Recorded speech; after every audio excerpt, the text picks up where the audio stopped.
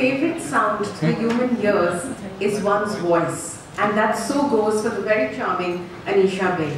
A sparkling personality and a cheerful voice that has been unforgettable as she hosted NDTV's Night Out program, propping up red carpets and catching celebrities. Anisha has worked in television in various capacities for 2 decades.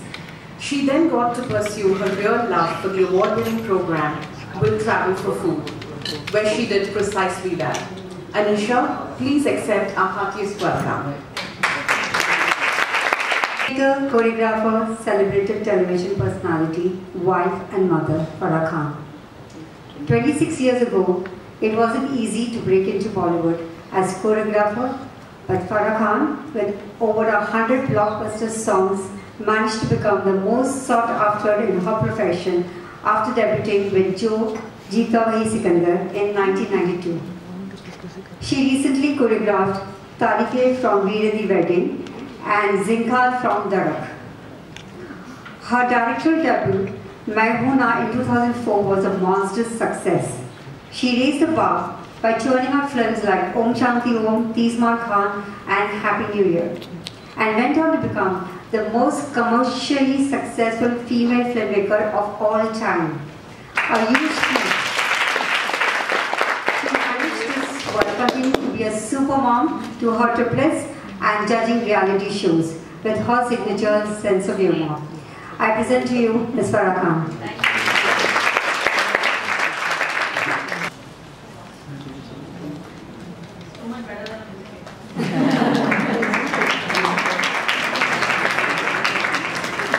Welcoming our author, Sharmila, and our moderator for today, Ms. Anisha Baig. Welcome to the club. Thank you so much.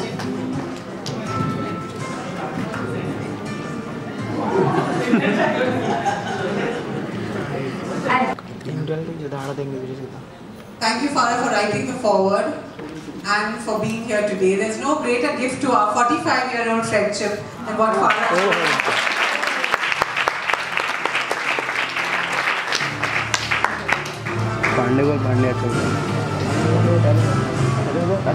culminating once again in different boxes. So over 45 years? Yeah, so we've been friends since 3rd standard. Don't do the math, I'm very old.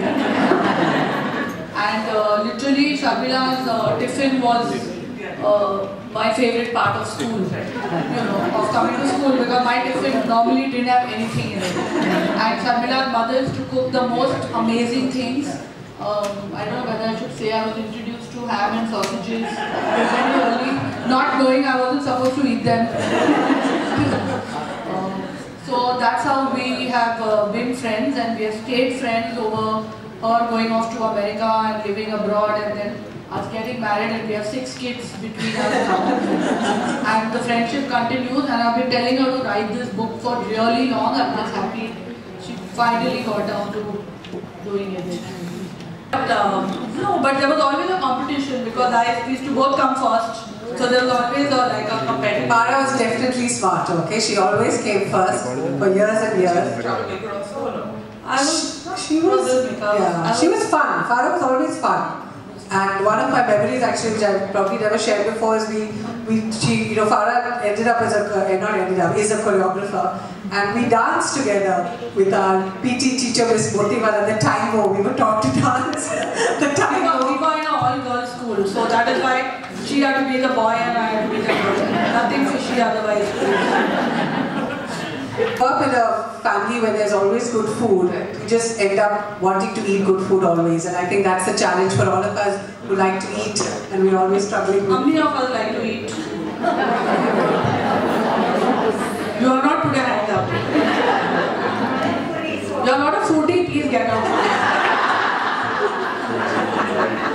Name was just so natural to me, because when I just thought about what I was doing for my kids and what mothers and parents and people just do on a daily basis, which we're probably not, people don't thank you for, kind of, is cooking for our families and planning meals, and and that is really everyday love. You don't have to tell your kids you love you or your husband you love you, but the fact that you're feeding them.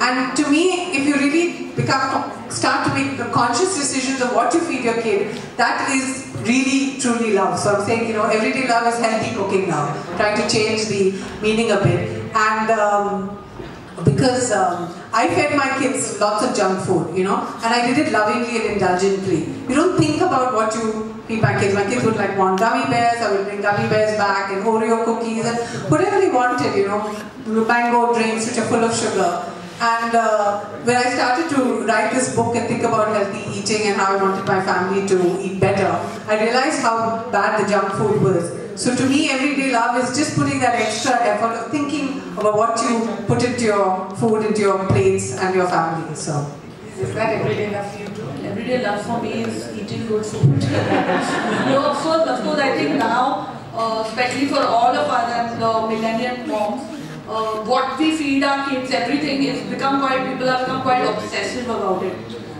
Are we feeding our kids healthy? I think as mothers only, though, we become obsessed with our kids. What are they doing? What are they eating? What are the classes they go to? What are the play dates? So I think it's good to know that, because I think I'm much older than all of you all. So our parents were not so much into, we didn't know what was healthy food and unhealthy food. So we were just eating everything, which is why at least I grew up with wanting to diet, your diet, putting on weight, then losing weight and trying to, So it's better to give them the habit from childhood or as they are growing up to eat healthy, and that becomes a habit for life, which we all struggle with because that habit was never cultivated in us.